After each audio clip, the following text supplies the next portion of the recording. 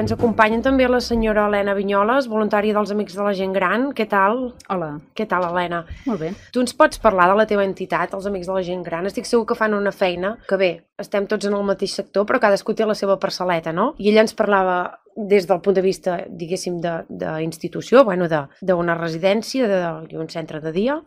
I bé, quina tasca dus a terme com a suport, diguéssim, d'aquesta parcel·leta i de les activitats que duen a terme els Amics de la Gent Gran? De fet, Amics de la Gent Gran, l'activitat principal, el seu objectiu, és pal·liar la soledat de la gent gran.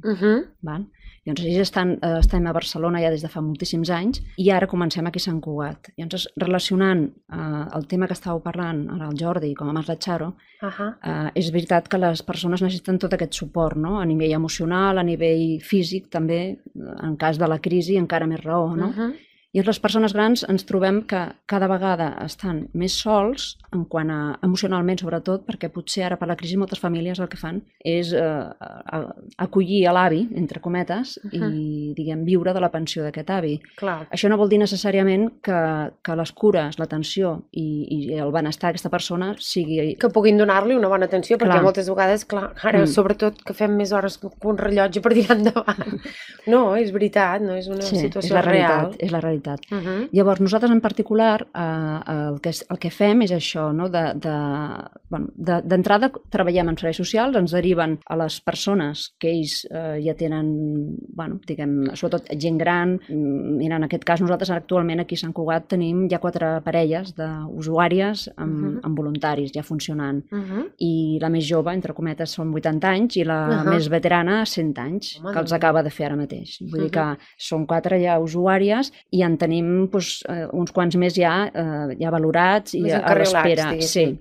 Tots ells, el principal problema és la soledat, però la soledat va acompanyada també de problemes econòmics, problemes a vegades familiars, en quant problemes no que hi hagi problema necessàriament amb la família. Una carència afectiva, no? Això, o senzillament que tothom ha de treballar, o qui pot treballar, i llavors la persona gran es queda moltes hores sola a casa. Llavors aquesta persona moltes vegades també està molt limitada per un tema d'habitatge.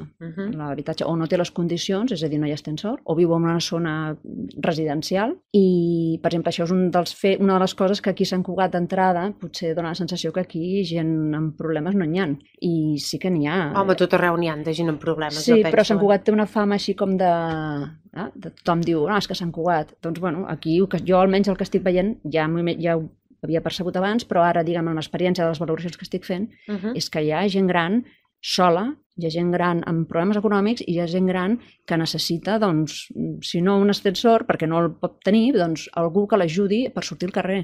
Perquè és que si no, no surten.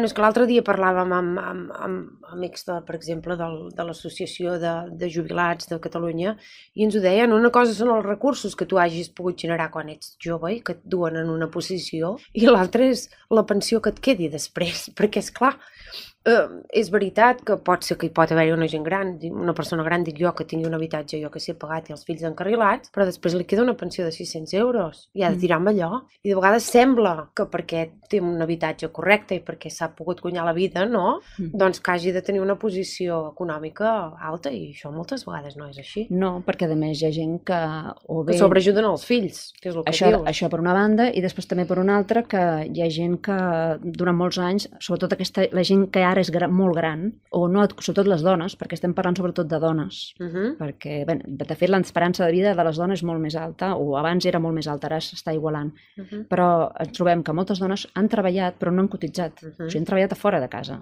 Les pensions que els hi queden en molts casos és la de viudetat, que és misèria i companyia, i a vegades, si han cotitzat, el que els queda no és el global de les dues, és un pont, una mica de un mix entre les dues, saps? Llavors, molts viuen de lloguer, no són tants propietaris com sembla, hi ha molt de lloguer, i bé, hi ha persones grans que necessiten l'ajut social de l'Ajuntament o de, evidentment, en aquest cas de Promusa.